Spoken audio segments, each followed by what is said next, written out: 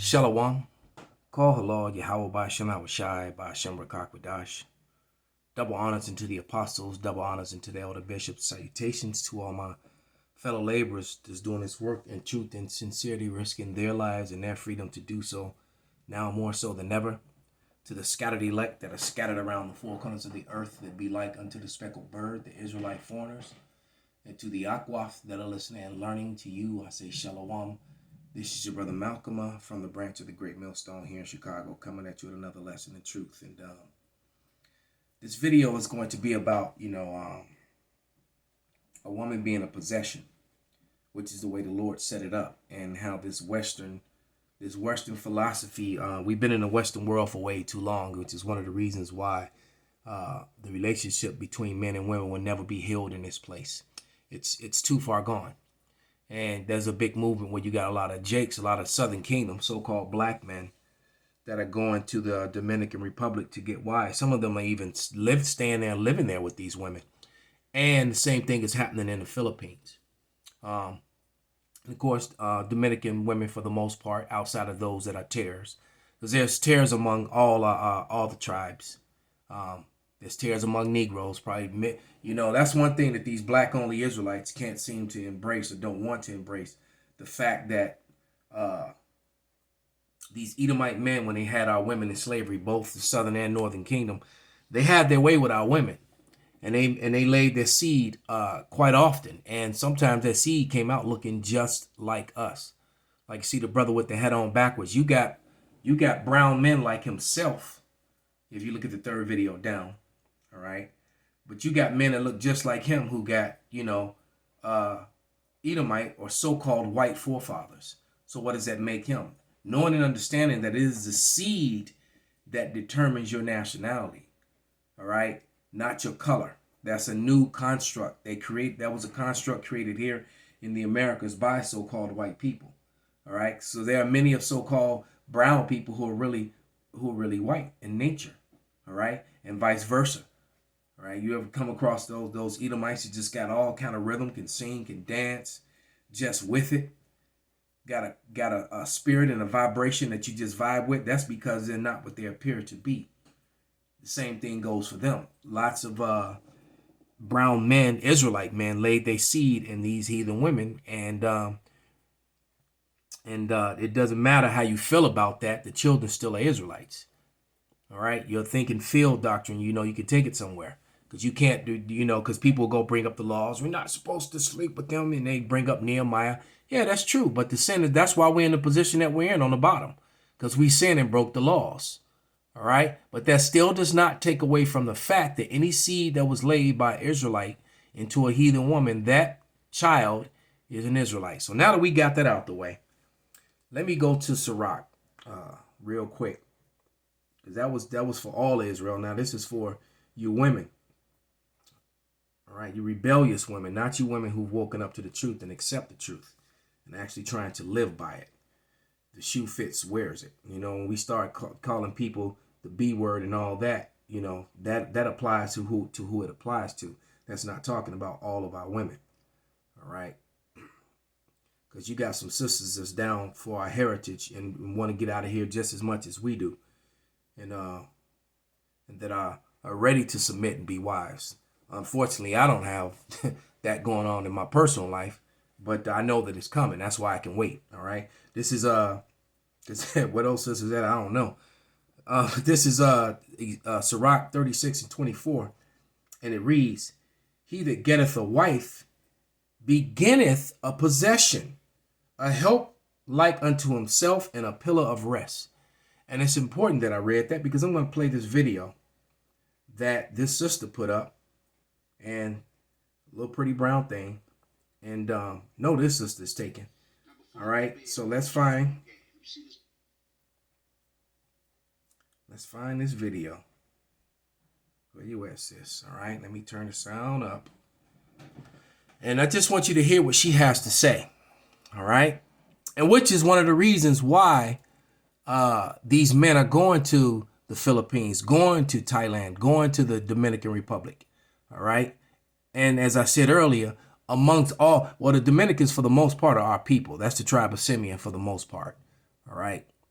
And then among the Filipinos, you had a lot of natives that were taken over there to serve captivity. And then there's also a lot of our seed that are scattered among the Thais as well. From the and even from ancient, from not even just from ancient times, but from war times. All right, you can go back to the Korean and the Vietnam War. A lot of Jake left a lot of seed in that part of the world, man.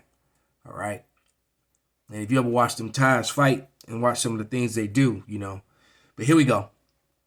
What the men are looking for is femininity. Mm-hmm. And that's been said ad nauseum, right? But the thing that feminine women understand that masculine black women don't understand is that they are meant to be used. You hear that? By their man. They're meant to be used. That's the purpose of it. That's the purpose of the relationship, right? A feminine woman is not competing with her man. She is not trying to run the whole show.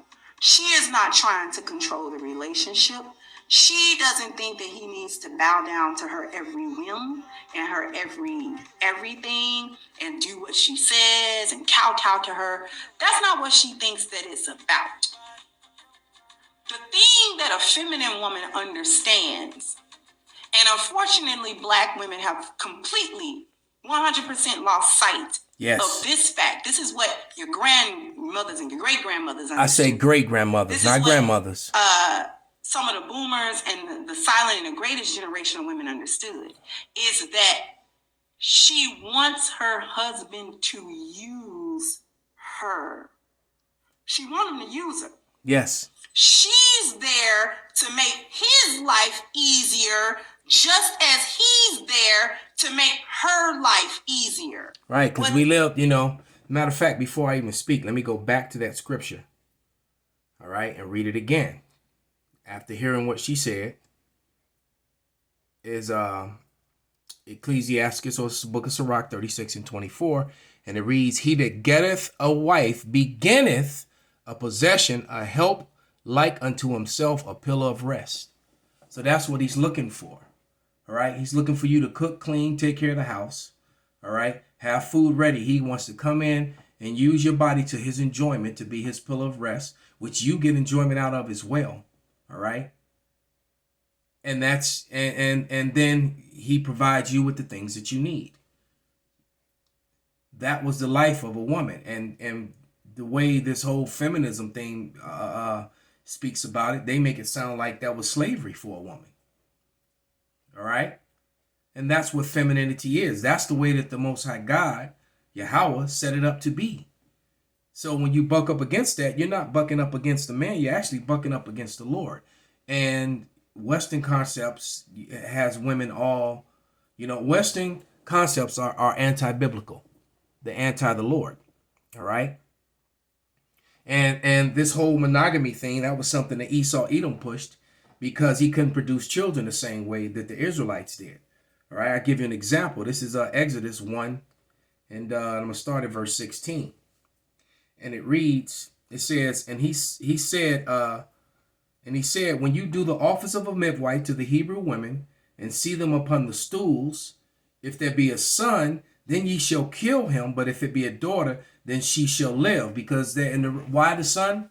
And see, this is something that the Israelis and the Jewish people disregard, because they try to say you're a Jew. Well, maybe you are a Jew according to your mother, but you're an Israelite, the people of God, according to your father.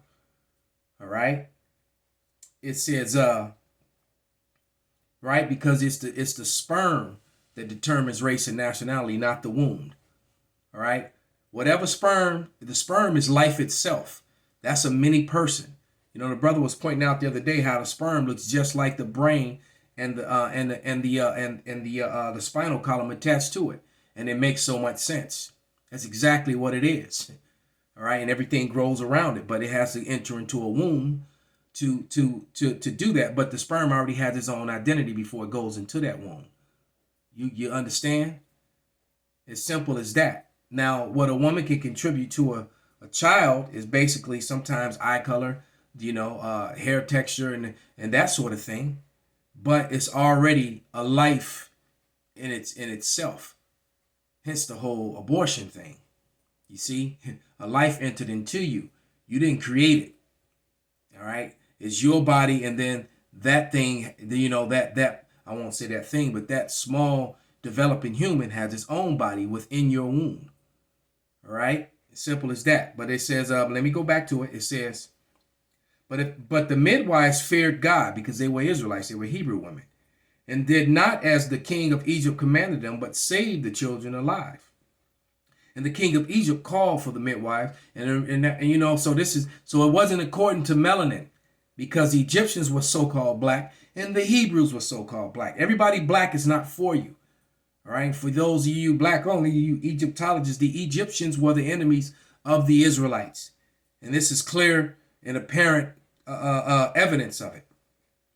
And it says, but the midwives feared God and did not as the king of Egypt commanded, but saved the children alive. And the king of Egypt called for the midwives and said unto them, why have ye done this thing, and have saved the men children alive? And the midwives said unto the Pharaoh, because the Hebrew women are not as the Egyptian women. They're not the same, all right? Different spirits. They may look similar in complexion, but they're different people, all right? And are lively and are delivered ere the midwives come unto them. See, we have a different spirit. When I talk about the singing, the dancing, the rhythm, the vibration, we're different from them, all right? And it says, therefore God dealt well with the midwives, and the people multiplied and waxed very mighty. And it came to pass, because the midwives feared God, that he made them houses. And Pharaoh charged all his people, saying, every son that is born ye shall cast into the river, and every daughter ye shall save alive. So he wanted to kill the male children. And that's where this whole monogamy thing comes from, because no one produces children like the Israelites. All right, you got to remember, Ephraim, upon the destruction that they receive at the hand of the Edomite conquistadors and the Spaniards, they were brought down to it was said it was barely, I think it was either 200 to 500 men left. All right, and now Ephraim is one of the biggest tribes. The Ephraimites be having gangs of kids, man. Be having 2 and 3 families sometimes. All right, they got children on the island, children in New York, children over in California. All right, and the same thing can go for a lot of the other tribes, man. Israelites are very fruitful. Look how many children Issachar has. Issacharite woman see penis and get pregnant. All right, look how big their families be. And so that whole, and especially if you allowed that man to actually be a man and have his multiple wives, as many of our forefathers did, as the Bible did, because the Bible never told you once, not one time, that it was a sin to have more than one wife. And I'm going to prove that with scriptures, because people love to run to 1 Corinthians, I believe the 7th chapter, and read that, and then say, see, you're only supposed to have one wife. No, when you read down to verse to prove that that's wrong and can't mean what they think it means, when you get down to verse 7 or verse 6, it tells you that was by I speak this by permission and not of commandment. It wasn't commandment, it wasn't law. He was doing that because we're in our captivities. We weren't in our own land. We weren't allowed to live fully under our own customs.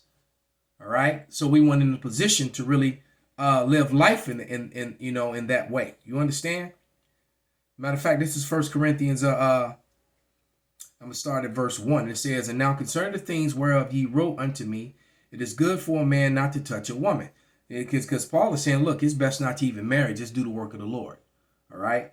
Nevertheless, to avoid fornication, all right, so that you're not sleeping with another man's wife, all right, adultery or some sort of weird thing, all right. Let every man have his own wife, and let every woman have her own husband. Because, the Christian churches teaches erroneously that fornication is sex before marriage. Sex is marriage. Fornication is sex that you're not supposed to have.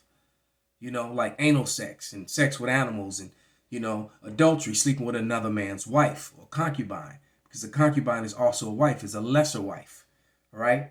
Let the husband render unto the wife due benevolence, and likewise also the wife unto the husband. So, hey, the women is talking, you just that never you get married, you have all kind of sex before you do the Western marriage.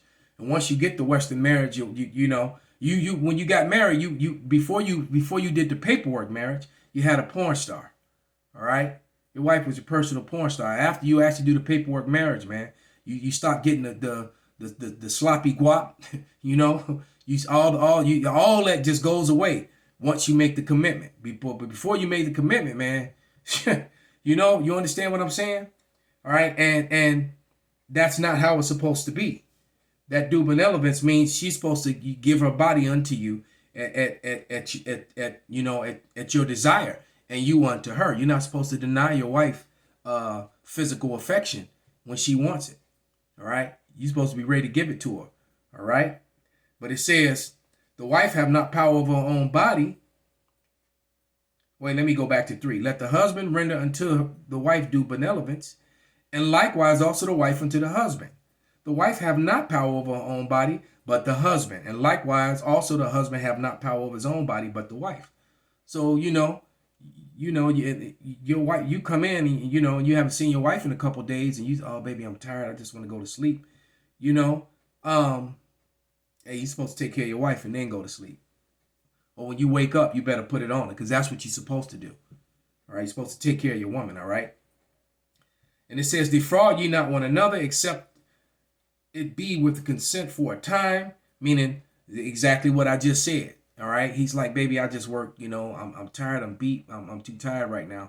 But as soon as you get your strength back, you're supposed to take care of that. He said, but it's, or if it's a holy day or something, or something to that effect. All right, that mean you give yourself to fasting and prayer, and come again together, that Satan tempt you not for your incontinency. So exactly, like I said, if it's a high holy day, the Shabbat or something in that of that fact, then you hold off, all right, for that time, and then afterwards you immediately take care of one another.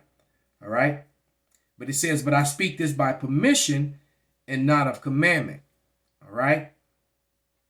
So it was never an intent for a man to be with just one woman, save a bishop, because it's positioned in the church. All right. And then every Israelite didn't have multiple women, but many of them and most of them did. And I'm going to give you, especially the ones who are well-to-do. And I'm going to give you some accounts of men of the Lord who were, the apple of the Lord's eye, so to speak, that the Lord loved. And they had multiple wives. This is Judges 8:30. This was one of our warrior kings to a certain extent. He wasn't like an actual king, but, he stood in that stead. This was Gideon, all right, mighty man of the Lord, who was a savior unto Israel, one of the judges, all right. And it says that this is Judges 8:30, and it said, and Gideon had 70 sons, for he begotten for his body begotten, for he had many wives. It didn't say anything about him being wicked or committing adultery or being a polygamist. That's a made up word, all right. And his concubine, that was Sechem, she also bare him a son whose name he called Abimelech. And if I'm not mistaken, I think that his son's name meant my father is king. All right. Then we got to look at our mighty King David and our wise King Solomon. All right. Both of them had many, many wives. Okay. But it wasn't them having many wives that made them wicked. All right. When they did commit wickedness, it wasn't the fact that they had many wives. They committed other sins. And I give you an example. All right. It never said that Solomon, because Solomon had more wives than anybody else. Solomon had 700 wives and 300 concubines. So he had women of all the nations. Okay. So let me go to 1 Kings to get an example. And I'm sure he dealt with each and every one of his wives. We were a lot stronger and so much vigor. We were eating those mandrakes and all that good food. Stuff that we don't get today. But this is 1 Kings 11. I think I'm going to read, let me see.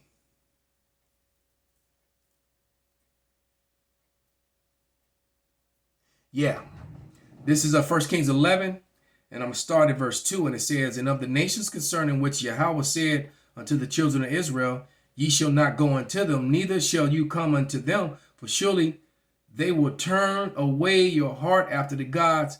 Solomon clave unto these in love. See, it didn't say, he said, why? He gave you the reason, because they would turn your hearts, your mind, heart meaning your mind, away from and Solomon got weak in his older age, and he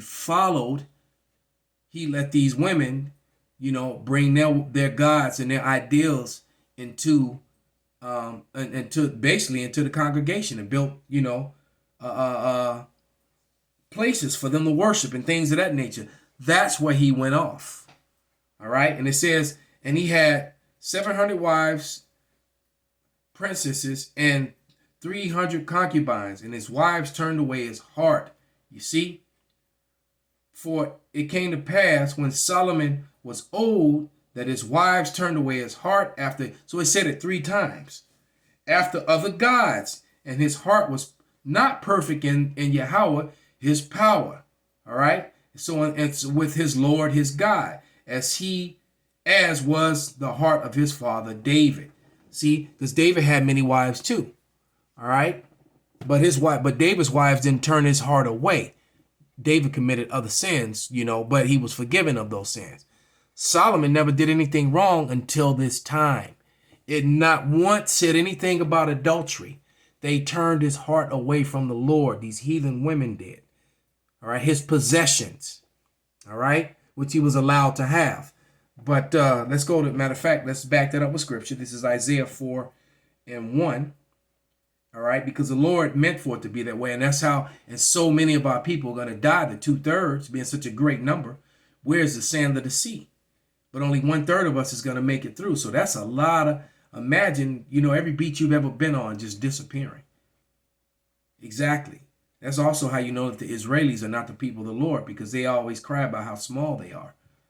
All right. The Bible, the prophecies in the Bible says the Israelites will be more numerous than the sands of the sea. And we are. When you look at the 12 tribe chart and you consider that we're scattered among every nation, that we're among the Arabs, we're among the Chinese, we're among the Japanese, we're among the Filipinos, we're among the Hawaiians, among the Tongans, we're among all people, among the Indians, right? You can go to the book of Acts and read about that.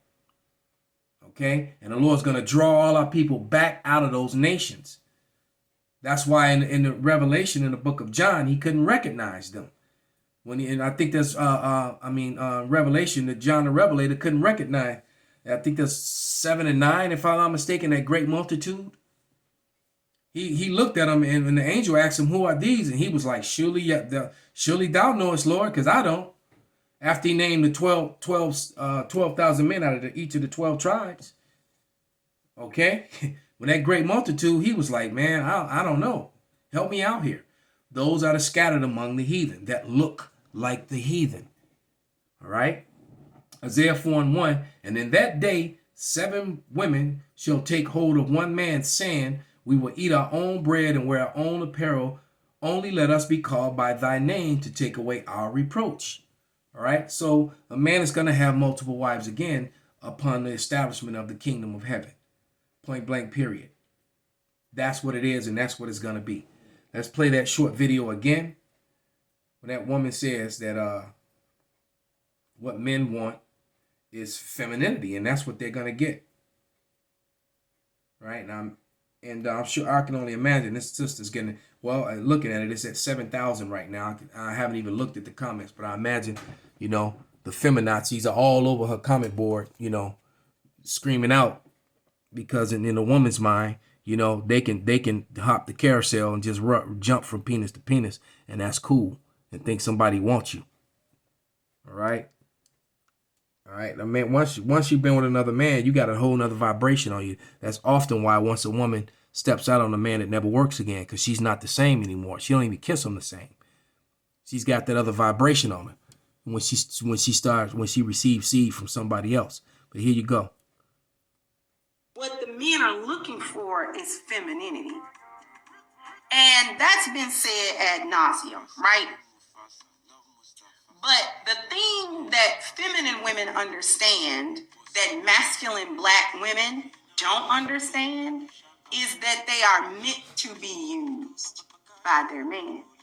They're meant to be used. That's the purpose of it. That's the purpose of the relationship, right? A feminine woman is not competing with her man. She is not trying to run the whole show. She is not trying to control the relationship. She doesn't think that he needs to bow down to her every whim and her everything and do what she says and kowtow to her. That's not what she thinks that it's about. The thing that a feminine woman understands, and unfortunately black women have completely 100% lost sight of this fact. This is what your grandmothers and your great-grandmothers great-grandmothers and great-great. Some of the boomers and the silent and the greatest generation of women understood is that she wants her husband to use her. So with that, I'm going to give all praises, honor, and glory unto Yahweh, Ba'ashem, Nawashai, Ba'ashem, Rakak, Badash, Wa Abba, Babal, Kwam, Yasharala, Shalom.